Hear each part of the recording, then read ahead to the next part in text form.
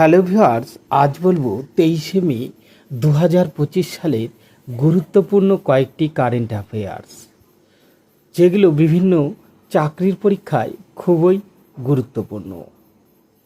তো দেরি না করে শুরু করা যাক আজকের প্রথম প্রশ্ন। ভারতের প্রথম পূর্ণ শিক্ষিত রাজ্য কোনটি? Option A Mizoram, B Assam, C Uttarakhand, D Himachal Pradesh. তো এর সঠিক উত্তর হবে অপশন এ মিজোরাম। কি পয়েন্ট? আইজলের মিজোরাম বিশ্ববিদ্যালয়ে এক বিশেষ অনুষ্ঠানে মুখ্যমন্ত্রী লাল দুহমা আনুষ্ঠানিকভাবে মিজোরামকে সম্পূর্ণ শিক্ষিত রাজ্য ঘোষণা করেছেন। এর ফলে মিজোরাম ভারতের প্রথম রাজ্য যেখানে পূর্ণ কার্যকরী সাক্ষরতা অর্জন করা হয়েছে। শিক্ষা মন্ত্রণালয় কর্তৃক সংজ্ঞায়িত করা হয়েছে যে এই রাজ্যের সাক্ষরতার হার 95%-এর বেশি। 2023 সালের আগস্ট-সেপ্টেম্বর মাসে ক্লাস্টার রিসোর্স সেন্টার কোঅর্ডিনেটরদের দ্বারা ঘরে ঘরে জরিপ চালিয়ে 3026 জন অশিক্ষিত ব্যক্তিকে চিহ্নিত করা হয়েছে, যাদের মধ্যে 1692 জন সক্রিয়ভাবে শিক্ষায় অংশগ্রহণ করেছে। PFLS foundational literacy survey performance 2023-24 মিজোরামের সাক্ষরতার হার 98.20% রেকর্ড করেছে, যা সাফল্য নিশ্চিত করেছে। চলে যাব আমরা নেক্সট কোশ্চেন। 2025 সালের বিশ্ব হাইড্রোজেন শীর্ষ সম্মেলনের আয়োজক শহর কোনটি? Option A New Delhi Bharat, B Rotterdam Netherlands, C Geneva Switzerland, D Paris France.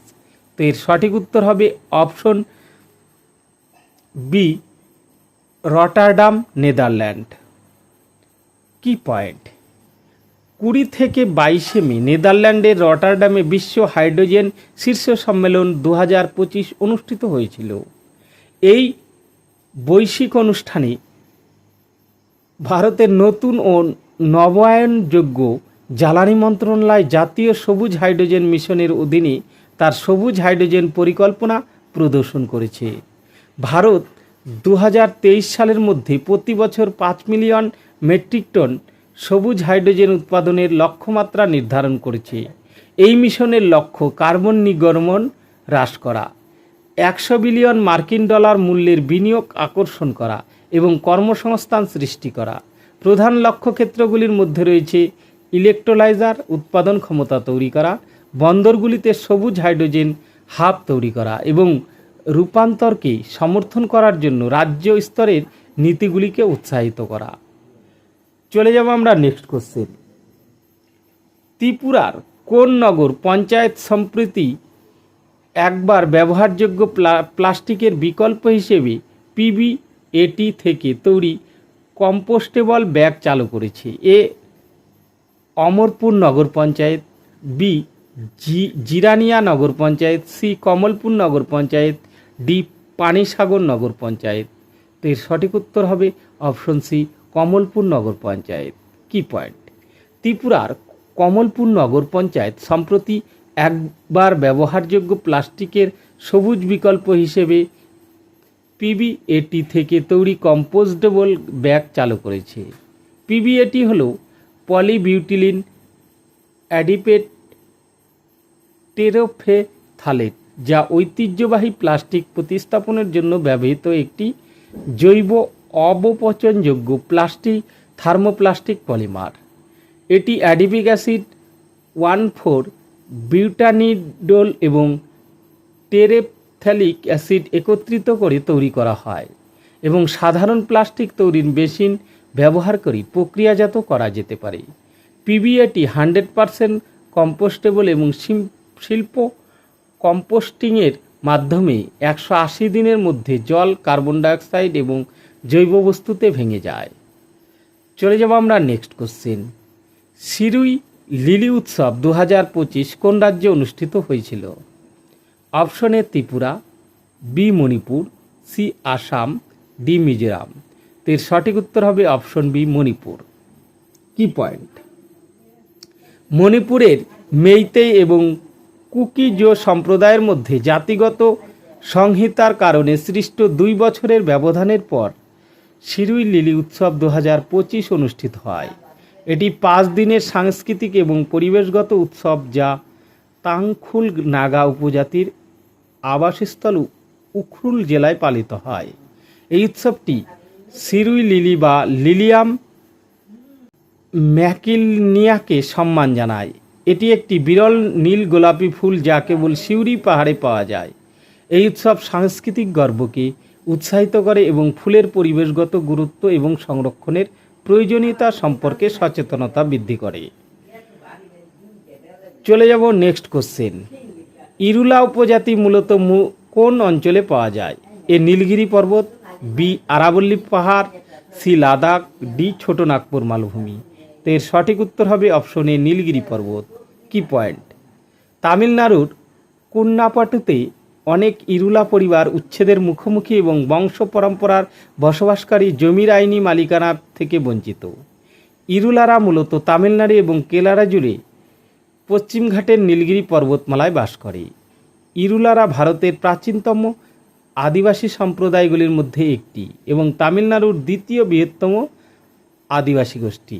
তাদের আর্থসামাজিক চ্যালেঞ্জের কারণে তারা রাজ্যে বিশেষভাবে দুর্বল উপজাতি গোষ্ঠী হিসাবে শ্রেণীবদ্ধ। তারা ইরুলা ভাষায় কথা বলে যা তামিল এবং কন্নড় উভয় দাবির ভাষার সাথে সম্পর্কিত। চলে যাব নেক্সট কোশ্চেন। সম্প্রতি বিশ্ব মৌমাছি দিবস কখন পালিত হয়েছে? অপশন এ 18 মে, বি 20 মে, সি 19 মে, ডি এর কোনোটি নয়। তো এর সঠিক উত্তর হবে অপশন বি 20 মে। কি পয়েন্ট? বিশ্ব মৌমাছি দিবস প্রতি বছর 20 মে তারিখে পালিত হয়। এই দিনটিতে মৌমাছি এবং অন্যান্য পরাগায়নকারীদের যেমন মাছি, প্রজাপতি ইত্যাদি গুরুত্ব এবং পরিবেশের জন্য তাদের ভূমিকা সম্পর্কে সচেতনতা বৃদ্ধি করা হয়। এটি জাতিসংঘের খাদ্য ও কৃষি সংস্থা দ্বারা স্বীকৃত এবং প্রতি বছর বিভিন্ন দেশ ও আন্তর্জাতিক সংস্থা এই দিবসটি পালন করে। চলে যাব নেক্সট কোশ্চেন। শিরুই লিলি উৎসব 2025-এর 5ম সংস্করণ সম্প্রতি কোথায় শুরু হয়েছে? A Assam, B Tripura, C Manipur, D এর কোনোটি নয়। তো এর সঠিক উত্তর হবে option C Manipur. Shirui lily উৎসব 2025 মণিপুরের উখরুল জেলায় প্রতি বছর মে মাসে শিরুই লিলি উৎসব পালিত হয়। এই উৎসবটি সংস্কৃতি এবং প্রকৃতির একটি প্রাণবন্ত উদযাপন যা উখরুলের মনোরম প্রাকৃতিক দৃশ্যের মনোমুগ্ধকর পটভূমিতে তৈরি। এই বছর উৎসবটি 20 মে থেকে 24 মে পর্যন্ত অনুষ্ঠিত হবে। 5 দিনের এই জমকালো অনুষ্ঠানটি অসাধারণ শিরুই লিলিকে সম্মান জানায় যা একটি বিরল প্রবাহ। চলে যাব আমরা নেক্সট কোশ্চেন। সম্প্রতি কোন রাজ্য সরকার কৃষকদের ক্ষমতায়নের জন্য উন্নত কৃষি সংকল্প অভিযান চালু করেছে? A Assam, B Tripura, C Mizoram, D এর কোনোটি নয়। তো এর সঠিক উত্তর হবে অপশন সি মিজোরাম। কি পয়েন্ট? মিজোরাম সরকার সম্প্রতি কৃষকদের ক্ষমতায়নের জন্য উন্নত কৃষি সংকল্প অভিযান চালু করেছে। মিজোরাম সরকার কৃষকদের ক্ষমতায়নের জন্য উন্নত কৃষি সংকল্প অভিযান চালু করেছে। উন্নত কৃষি সংকল্প অভিযান এই অভিযানের মাধ্যমে কৃষকদের উন্নত প্রযুক্তি প্রশিক্ষণ এবং বাজারের সুযোগ প্রদানের মাধ্যমে তাদের উৎপাদন ক্ষমতা বৃদ্ধি করা হচ্ছে। চলে যাব আমরা নেক্সট কোশ্চেন। সম্প্রতি জাতীয় ক্যাডেট ক্রপস এনসিসির অভিযান দল কোন পর্বতশৃঙ্গ জয় করেছে? A Nanda Devi, B Kanchenjunga, C mount Everest, D এর কোনোটি নয়। তো এর সঠিক উত্তর হবে option C mount Everest. Key point? NCC এই বছর এপ্রিল থেকে জুন মাস পর্যন্ত মাউন্ট এভারেস্টে অভিযানে অংশ নেওয়ার পরিকল্পনা করেছে, যেখানে সিয়াচেন ব্যাটল স্কুলে প্রশিক্ষণরত একটি দল এই অভিযান অংশ নেবে। এই দলে 16 জন ক্যাডেট রয়েছে, যাদের মধ্যে 8 জন ছেলে এবং 8 জন মেয়ে। এই অভিযানটি মাউন্ট কাং ইয়াতসে এবং মাউন্ট আবি গামিনের পূর্ববর্তী অভিযানগুলির অনুসরণ করে। চলে যাব আমরা নেক্সট কোশ্চেন। সম্প্রতি কামিল ইদ্রিস কোন দেশের প্রধানমন্ত্রী হিসেবে নিযুক্ত হয়েছেন? Option A Sudan, B Kenya, C Uganda, D এর কোনোটি নয়। তো এর সঠিক উত্তর হবে অপশন এ সুদান। কি পয়েন্ট? 2025 সালের 19শে মে সুদানের সেনাপ্রধান জেনারেল আবদেল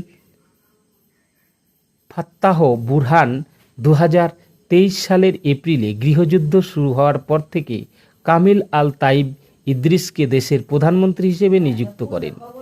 এই পদক্ষেপকে রাজনৈতিক স্থিতিশীলতা এবং দীর্ঘ প্রতীক্ষিত একটি অন্তর্বর্তীকালীন সরকার গঠনের দিকে একটি গুরুত্বপূর্ণ পদক্ষেপ হিসেবে দেখা হচ্ছে, বিশেষ করে সুদানের সামরিক বাহিনী র্যাপিড সাপোর্ট ফোর্সের থেকে খার্তুমের নিয়ন্ত্রণ পুনরুদ্ধারের পর।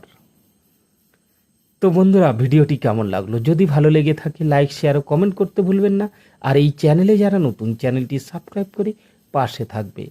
ধন্যবাদ সবাইকে। আজকের মতো এ পর্যন্তই।